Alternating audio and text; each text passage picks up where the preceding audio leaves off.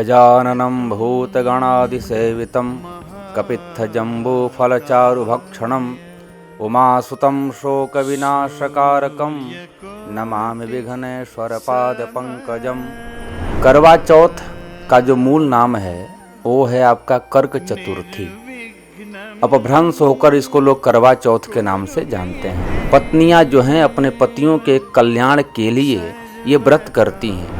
जो अपने पति को पतन से बचाए वही पत्नी होती है, और पति वही होता है जो अपने पत्नी को पतन से बचाए।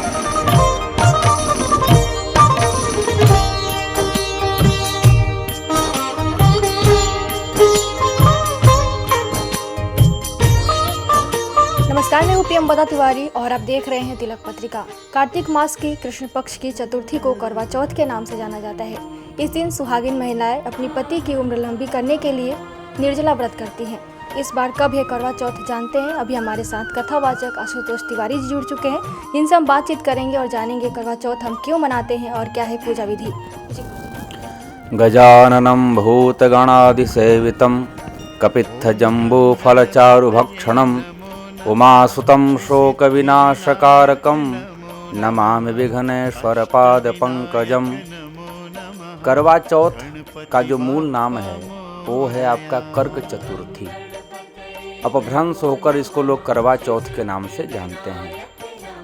जो भगवान श्री गणेश का बड़ा ही विशेष पर्व है, और इस दिन महिलाएं भगवान गणेश का पूजन करके और भगवान चंद्र को अर्घ्य दे करके यदि अपने पतियों का पूजन करती हैं और उनका मुख का दर्शन करती हैं तो पति सहित अपने भी इनका अनेक प्रकार के विघ्न दूर होते हैं और इनका कल्याण होता है। ये विशेष महत्व है कर्क चतुर्थी के दिन।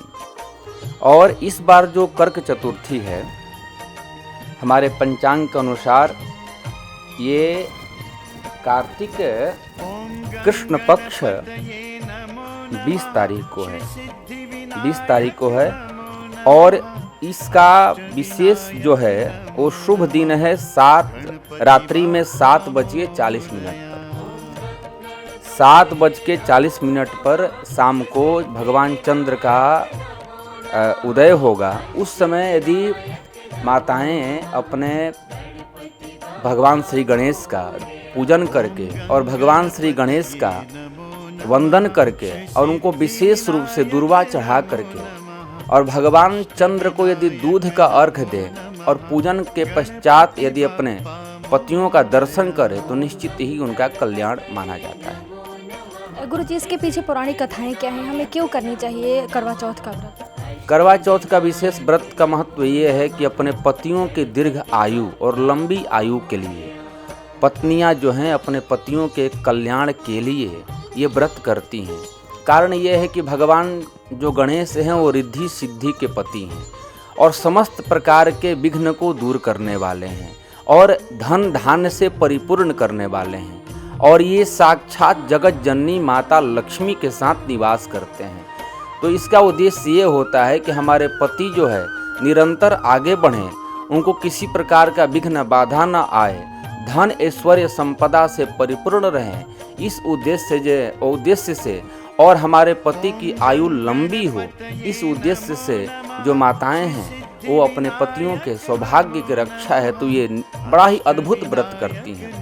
कारण ये है कि जिस प्रकार भगवान चंद्र कृष्ण पक्ष में बिल्कुल निस्तेज हो जाते हैं और शुक्ल पक्ष के में बिल्कुल परिपूर्ण हो जाते हैं, उसी प्रकार से किसी भी जीवन के किसी भी मोड़ में चाहे सुख हो चाहे दुख हो, हमारा पति का प्रेम बिल्कुल ऐसे ही अमर बना रहे, सुंदर बना रहे और किसी प्रकार का विघ्न बाधा न आए।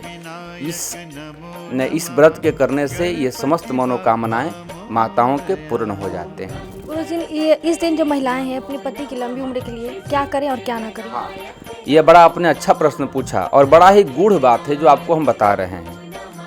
शायद ये बहुत कम लोग जानते होंगे कि ये इस दिन यदि माताएं, जो कि नारद पुराण में लिखा हुआ है, श्री नारद पुराण में नारद जी ने इसका वर्णन किया हुआ है, यदि गणेश जी के 12 नामों से 12 नाम ले करके और जो गणेश जी का मूर्ति हो यदि उन पर ये 12 दुर्वा चढ़ाया जाए और उसके बाद अपने पतियों का दर्शन किया जाए तो निश्चित ही है कि पति दीर्घायु होता है और अनेक प्रकार के विघ्न बाधाओं से दूर होता है और धनवान बनता है। इसका हम आपको वर्णन कर दे रहे हैं 12 नामों का। ये भगवान नारद जी ने गणेश जी की स्तुति गाई हुई है। इसमें दिया हुआ है, प्रणम्य शिरसा देवम गौरी पुत्रम विनायकम भक्तावासम स्मरे नित्यम आयुष कामार्थ सिद्धये प्रथमं वक्रतुंडम च एकदंतम द्वितीयकम तृतीयं कृष्णपिंगाक्षम गजवक्त्रम चतुर्थकम लंबोदरम पंचमं च षष्ठं विकटमेव च सप्तमं विघ्नराजेन्द्रम धूम्रवर्णम तथाष्टमं नवमं भालचंद्रम च दशमं तो विनायकम एकादशम गणपतिम द्वादशं तो गजाननम। इन 12 नाम को लेकर के अब 12 दुर्वा गणेश जी पर चढ़ाया जाए तो निश्चित है कि व्यक्ति के जीवन के अनेक प्रकार के विघ्न बाधा दूर हो जाते हैं।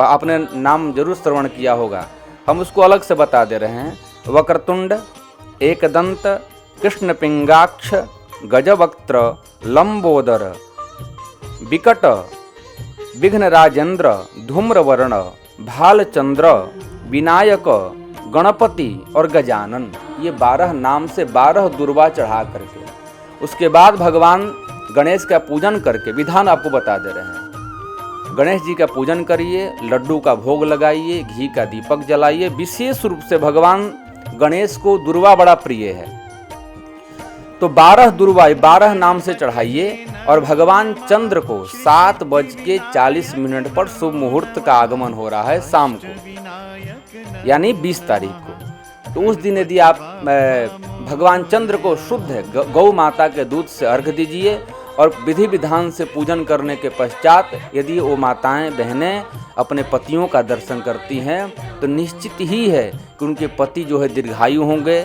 उनके विघ्न बाधा दूर होंगे और उनको अनेक प्रकार के धन ऐश्वर्य संपदा की प्राप्ति होगी। ऐसा गुरु जी, कौन सी महिलाओं को ये जो करवा चौथ का व्रत है करनी चाहिए और कौन सी ऐसी महिलाएं जिनको नहीं करनी चाहिए, वर्जित होता है? जी, खासकर इसको जो साधवा स्त्रियां हैं जिनके पति हैं उनको विशेष रूप से एक पूजन करना चाहिए, क्योंकि ये व्रत जो है पति के लंबी उम्र के लिए होती है, लंबी आयु के लिए होती है। तो इन स्त्रियों को जो साधवा हैं जिनके पति हैं उनको करना चाहिए और जिनके पति नहीं हैं उनको अपने पुत्र के लिए भगवान गणेश से प्रार्थना करना चाहिए कि हमारे पुत्र की लंबी आयु हो। वो प्रक्रिया नहीं करना है लेकिन भगवान गणेश से निवेदन करना है कि हमारे पुत्र हमारे पौत्र ये सब लंबी आयु वाले बने, विघ्न बाधा दूर रहें, किसी प्रकार के विघ्न बाधा न आए। ये भी उन सभी लोग, लगभग सभी लोग इस व्रत को कर सकते हैं। व्रत यानी भगवान गणेश का पूजन कर सकते हैं। गुरु जी, इस व्रत में चंद्रमा की पूजा करने का क्या मतलब विधान क्यों किया जाता है चंद्रमा का? हाँ, कारण ये है कि भगवान चंद्रमा जो हैं हमारे वेदों में मन के देवता माने जाते हैं। चंद्रमा मनसो जातः ऐसा कहा गया है। चंद्रमा मन के देवता माने जाते हैं। तो यदि आपका मन घबराहट है या मन में बहुत ज़्यादा नकारात्मक बातें आपके आ रही हैं या मन में आपके बहुत ज़्यादा विचलित आपका मन हो रहा है तो भगवान गणेश और भगवान चंद्र यदि दोनों का पूजन किया जाता है तो मन के जितने भी नकारात्मक नेगेटिव एनर्जी है वो दूर होता है और आपके मन में शांति प्रदान होती है। जिस प्रकार चंद्रमा शीतल हैं, ठंडे हैं, उसी प्रकार मन भी हमारा शांत हो जाता है। और जब मन शांत होगा तो निश्चित ही है कि आप आगे बढ़ेंगे और आप आगे बढ़ते रहेंगे और आपके पास धन ऐश्वर्य संपदा प्राप्त होती रहेगी। इसलिए गणेश जी के साथ चंद्रमा के पूजन करने का विधान माना गया है। सबसे पहले इस व्रत को किया किसने है और इसके पीछे महत्व क्या है? पौराणिक कथा। देखिए, पौराणिक कथा यही है कि इसको पहले कर्क चतुर्थी के नाम से जाना जाता है। यानी भगवान, ये मूलतः मानिए तो भगवान गणेश का पर्व है और ये कृष्ण पक्ष में है तो इसका नाम संकष्टी कर्क चतुर्थी है। तो गणेश जी के पूजन के साथ साथ इसको अपने पतियों के पूजन के साथ जोड़ा गया कि इसके बहाने हमारे पति भी स्वस्थ रहेंगे, चिरायु बनेंगे। लेकिन मूल ये जो है वो भगवान गणेश का ही व्रत है। उनका पूजन करके, चंद्रमा का अर्घ दे करके और तब यदि आप अपने पतियों का दर्शन करते हैं तो निश्चित आपका कल्याण। अष्टविनायक नमो नमः, गणपति बाप्पा मोरया।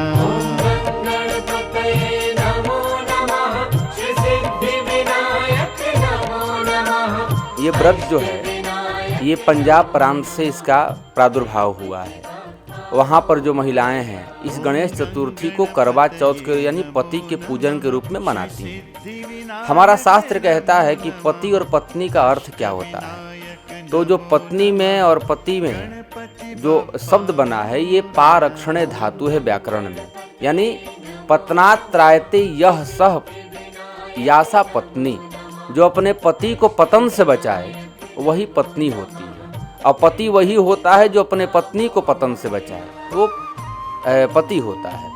अब आती है बात कि आप देखे होंगे कि कुछ लोग इस व्रत को करते हैं तो माताएं जो हैं चलनी का प्रयोग करती हैं, दिया जलाती हैं और पहले भगवान चंद्रमा का दर्शन करती हैं और तत्पश्चात अपने पतियों का दर्शन करती हैं, अपने पति का दर्शन करती हैं। तो यहाँ पर ये बात आता है कि चलनी क्यों लगाया जाता है। तो जिस प्रकार चलनी का प्रयोग हम लोग आटा चालने के लिए करते हैं, तो आटा जब चालते हैं तो उसकी गंदगी क्या होती है, बाहर निकल जाती है। तो कहने का मतलब ये है कि अपने पति के हम गुण देखेंगे, हमको अवगुण से कोई लेना देना हमको नहीं है, क्योंकि सबके अंदर गुण अवगुण होता है, गुण अवगुण सबके उर रहा ही। तो चलनी मतलब क्या है कि जो हमारे पति का अवगुण है, हे प्रभु वो अलग हो जाए, दूर हो जाए, और जो गुण है वो समाहित हो जाए और हम निरंतर अपने पति में गुण ही देखें। यही इससे हमारा कल्याण होगा। इसी उद्देश्य से जो माताएं हैं और दीपक क्यों लगाती हैं कि जो अवगुण उनका आए हमारे पास, तो चलनी में छन कर अवगुण जो है वो भस्म हो जाए और गुण ही हमको प्राप्त हो।